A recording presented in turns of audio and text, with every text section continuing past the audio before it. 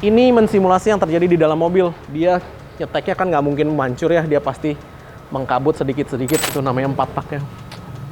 Ngajarinnya jadi terlalu teknis, cuman nggak apa-apa lah. Jadi sebisa mungkin mobil Eropa Anda kalau diesel jangan diisi diesel yang jelek-jelek. Karena ketika rusak injektornya very expensive.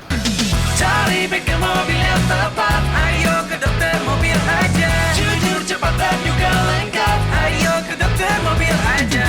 Kualitas yang terbaik, harga juga bersahabat. Percayalah, di dokter mobil pasti beres. Hai Auto Lovers, balik lagi dengan saya Dr. Mobil. Di video kali ini saya akan menjelaskan apa sih itu injektor cleaner, tester, dan kalibrasi injektor seperti apa sih. Kita sering kan ya denger yang namanya injektornya butuh dikalibrasi, kemudian injektornya di cleaning, itu seperti apa sih, dan bentuknya seperti apa sih ketika sudah jadi. Nah, di Dokter Mobil kita sendiri memakai alat yang memang langsung nempel di mobil. Jadi injektornya nggak usah dicopot-copot, dibawa begini. Ini alat yang lebih konvensional yang memang kita dulu pakai, cuman sekarang udah nggak lagi karena kita udah menemukan metode paling baru nih untuk agak usah dicopot-copot nih, karena nggak semua injektor mudah dicopot. 1, 2, untuk copot injektor pasti ada resiko ya kan. Dan saya ingin meminimalisir resiko itu, tapi untuk memperlihatkan sebenarnya kejadiannya gimana sih. Nah, itu kita pakai alat ini.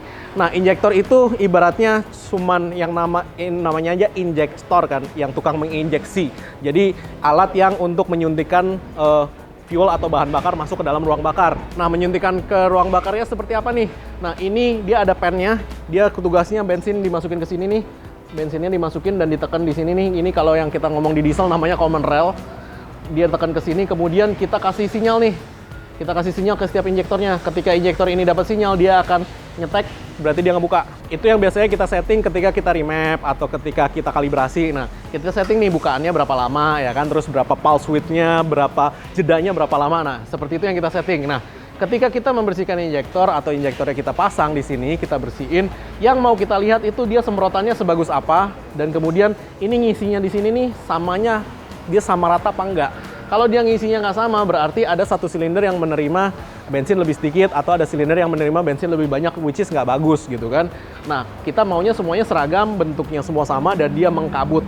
Oke, nah ini bersihin ini kita pakai chemical ya, chemical pembersih. Kalau di kita pakai yang namanya XT35, dan itu membersihkan injektor semua untuk bensin, diesel, itu kita bisa bersihin semua, dan hasilnya ya Anda bisa lihat sendiri. Nah, ini ketika kita running, itu dia akan neken nih. Nah, pressure-nya akan naik nih. Dia neken nih. Nah, ini ketika dia naik, ini kita lihat nih kabutnya sama apa enggak nih. Ketika kabutnya sama apa enggak, terus kita lihat ini naiknya sama apa enggak. Karena ini naiknya harus sama nih. Ketika dia naiknya nggak sama, kita tahu nih ada satu injektor yang kurang bagus. Oke, di 20 garisnya 3, 20 garisnya 3, 20 garisnya 3. Oke. Ini lebih sedikit daripada yang 2 ini nih. Nah, jadi kita tahu nih bahwa injektor yang ini butuh lebih banyak dibersihkan gitu kan. Nah, ini dia lagi auto test, dia biasanya ada parameter settingnya, dia semprot, dia berhenti, dia semprot lagi, dia berhenti. Itu tujuannya untuk membersihkan apa yang ada di dalam sini. Ingat ya, tadi injektor kan seperti jarum suntik menginjeksi. Jadi dia pasti ada jarumnya yang neken ke bawah. Biasanya itu kotor, itulah yang dibersihkan. Bersihkannya gimana? Kita harus lewatin chemical, namanya chemical pembersih. Nah, ketika dia lewat, dia sirkulasi, injektornya akan lebih bersih, dan dia biasanya uniform atau dia nyemprotnya sama nih gitu. Kita lihat lagi ya, karena memang ya seperti itu sih bersihin injektor. Nggak susah-susah amat, bukan sesuatu yang wow. Dan ketika kita kalibrasi itu nanti kita bisa setting lagi nih parameternya, kita bisa naikin pressure-nya atau apa, itu kita bisa mainin semua dari sini gitu loh. Dan ini lihat tekanannya naik lagi. Nah, ini mensimulasi yang terjadi di dalam mobil. Dia nyeteknya kan nggak mungkin mancur ya, dia pasti mengkabut sedikit-sedikit. Nah, ini biasanya yang di timing itu kita setting ketika kita remap.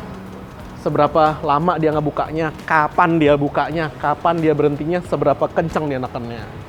Nah, kalau Anda yang suka naikin tekanan pressure di common rail atau naikin pressure di fuel pumpnya, itu biasanya tekanannya naik di sini nih. Ketika tekanannya di sini naik, biasanya di sini akan nyemurnya lebih banyak gitu loh. Nah, otomatis lebih banyak, pistonnya juga harus kita kontrol putarannya, dan si valve-nya juga kita kontrol. Nah, biasanya begini nih. Ketika begini nih, kita liatin nih, dia mengkabutnya bagus apa enggak satu-satu. Nah, ini bagus banget untuk edukasi ya, karena ya saya sih sebagai yang udah biasa beginian kan, kita ngerti dengan jelas ya, apal kalau orang-orang yang belum tidak bisa membayangkan ya seperti ini gitu loh bentuk injektornya. Jadi ceritanya injektor disembur masuk sama dengan valve intake, masuk ke ruang bakar, pistonnya naik, businya mercik, dia ngebuka dan dia ngebakar, dia turun lagi pistonnya dan setutan kedua dia ngebuang si bahan bakarnya itu ke belakang supaya ke katalitik kebuang dan dia nyedot lagi. Itu namanya 4 tak ya. Ngajarinnya jadi terlalu teknis, cuman nggak apa-apa lah.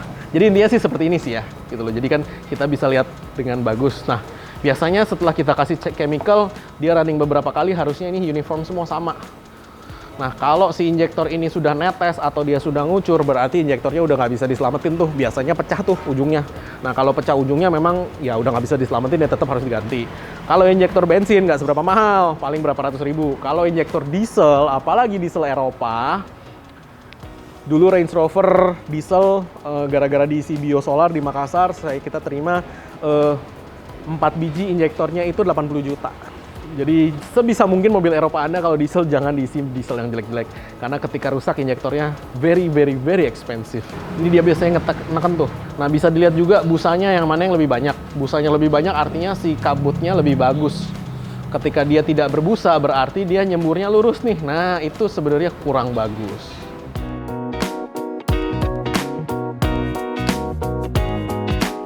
Oke, ini namanya ultrasonic cleaner. Ultrasonic cleaner itu kita biasa lihat kalau di tempat-tempat orang jual perhiasan yang bunyi terus cincin lu, gelang lu, giwang lu dimasukin ke situ biar bersih. Sama konsepnya. Jadi ini ultrasonic cleaner, ini ada tempatnya untuk nyelupin injektor, dituang cleaner ya ke dalam, bukan air. Jadi begitu digetar, ultrasonic itu maksudnya getarannya frekuensinya udah ultrasonic, berarti di atas 20.000 Hz. 20.000 Hz itu berarti 20.000 getaran per detik, ya kan? Nah, ketika digetar sebanyak itu dimasukin ke cleaner, itu harapannya kerak-kerak di injektornya itu bisa larut sendiri dan pecah gitu loh. Itu ketika yang masih bisa diperbaikin. Nah, kalau yang nggak bisa diperbaikin kan kayak yang diesel itu biasanya sih kita rendam dulu semalam sebelum kita ultrasonic cleaning, dan itu biasanya kita repeat beberapa kali supaya kita memastikan bahwa si injektor ini masih bisa dibenerin apa enggak.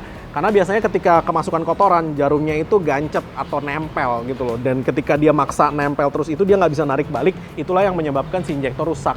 Nah, biasanya ya 70% lah dimasukin ke injektor cleaner atau ke ultrasonic cleaner ini bisa diperbaikin. Cuman ada yang bisa, ada yang nggak bisa ya. Jadi jangan terlalu berharap, kalau bisa ya bisa, nggak bisa ya nggak bisa.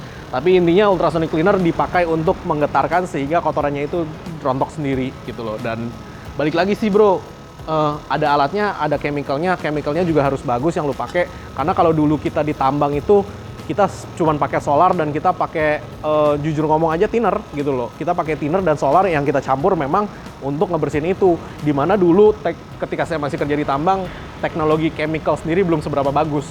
Hari ini udah jauh lebih bagus, jauh lebih spesifik untuk ngebersihin kotoran apa, karbon keras kah, karbon lunak kah, karbon lengket kah, itu ada semua gitu loh. Dan ya itulah hasilnya gitu loh. Kalau ada chemical yang bagus ditunjang dengan alat yang tepat, ditunjang dengan orang yang ngerti, ya otomatis kerjaan cepet kelar gitu loh. Kalau enggak ya raba-raba lagi. Oke, mungkin sekian dulu penjelasan dari saya tentang mobil. Thanks. Jangan lupa subscribe, like, dan komen di YouTube kami. Thanks.